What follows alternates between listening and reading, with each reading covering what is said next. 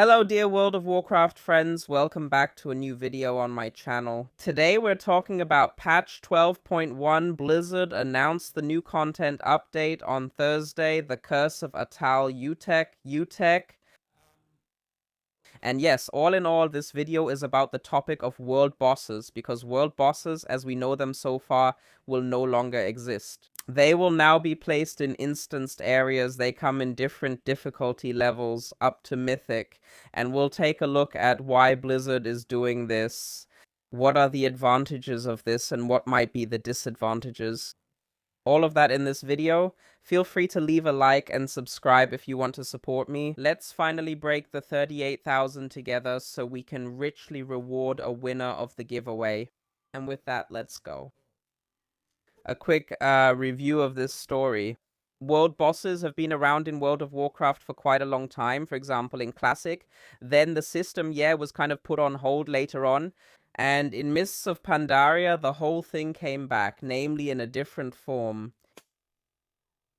Okay, I didn't say anything, just a quick note. Ever since the graphics card driver update, I've had more freezes than before. As you can see, each patch introduced new world bosses. Some of them dropped really awesome mounts, like here the Scourge of Wrath. And that was actually a concept that Blizzard continued to use in the following expansions. So since then, we've always had world bosses that were sometimes more, sometimes less rewarding. For example, in Legion, the Withered Jim, I think he was called, he had a really insane trinket. It was never that strong again after that, but nowadays, world bosses offer warbound gear and are therefore pretty decent for alts. The principle is pretty simple. You check where the world boss is active. By now, it's actually marked on the maps as well. At least it should be. Then you fly over there, find a group, or alternatively, if the boss is already being fought in the open world, just run over, tag him, help take him down, and loot the thing. So far, so good. Here, Rock Beetle, Rock Jaw. You're guaranteed to get some loot from it. I'm curious to see what that's going to look like. And it doesn't have to be something that's just right for your class. You'll get one of the items from the whole loot table. And this is exactly where the big changes come in with patch 12.1. On the one hand, they're still called world bosses, but now they're hidden in hordes. In other words, layers. Just like Onyxia's lair, meaning Onyxia's horde, these are now layers for world bosses. That means in front of these layers, as you can see here, you enter them through a portal. And there are portal stones in front of them, just like with dungeons and raids. Inside, only the world boss is waiting for you, and you have to take him down. And Blizzard says here that in the end, they're making it easier for the players. So it should be comparable to depths.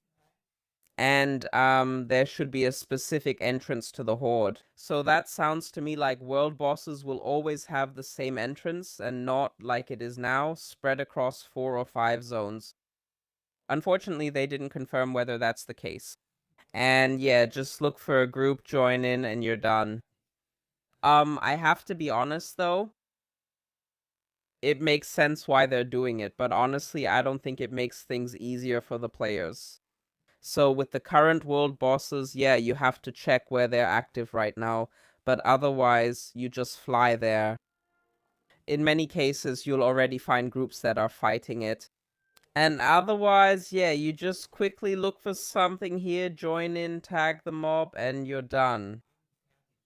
So in the future, you also have to go to a specific place, but you have to walk into the portal, you'll be instanced, and you can't just tag a mob like before. So that doesn't work anymore. So you have to go there explicitly.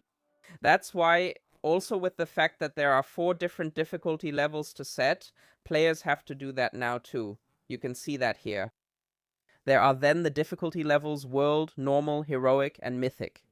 You can see it here. World is recommended for 230, Normal for 243, Heroic for 259, Mythic for 272. So if you're already fully geared, you can already go into the new Mythic World boss. And honestly, that's how it is. Before, it was just a world boss. You fly there, join in, and take it down. In the future, it'll still be a world boss. In an instanced area with 4 difficulty levels, where you also have to make sure you pick the right one. Personally, I don't think that's any easier, but alright. The loot will scale up accordingly from world to mythic. I'm assuming, although we don't have confirmation yet, that the loot will be roughly in line with what we're currently wearing. So I assume Mythic World Boss will drop around 290 or so. So if you're already fully geared, you probably won't need it anymore. But maybe they'll say Mythic should give better loot and the whole thing will be increased. Otherwise it's flex. So no matter what difficulty, 15 to 25 players can go in. Honestly, I don't expect a Mythic World boss to be a huge challenge, but let's wait and see. However, I have to say that I like the idea, and it hadn't occurred to me before. Because these world bosses are instanced, everything runs much more smoothly in the open world. Ever since world bosses were reintroduced with Mists of Pandaria, it's been a problem that Blizzard hasn't been able to get under control. So, for example, back then, here in the Valley of the Four Winds, there was Galleon. He also dropped a mount, and Galleon was very popular to farm. And you knew, no matter where you were here, if it suddenly started to lag, you knew there was a group of 40 or even more people fighting the world boss. Where I found that especially extreme was with the reworking of the MOP zones with, what was it, Shadowlands? No, where was it? In Battle for Azeroth.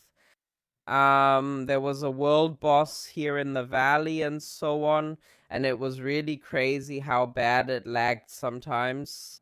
Because here, of course, you could theoretically have, I don't know, 300 people on a server doing the world boss. Because they're all in the open world and aren't limited by anything. For example, anyone who played back in MoP and was here on the, not the Timeless Isle, where was it? Isle of Giants. And man, that was just a lag fest and a wipe fest like no other. Those are things they're avoiding with this. The groups are instanced. The players in the raid shouldn't experience any more lag when they're doing the world boss. And the players who are in the open world at the same time shouldn't have any more lag either. And in the end, this problem has existed, like I said, for over 10 years. I think it's just not that easy to fix, and if they say, well, we'll just make it instanced so it works for everyone, I think that's okay.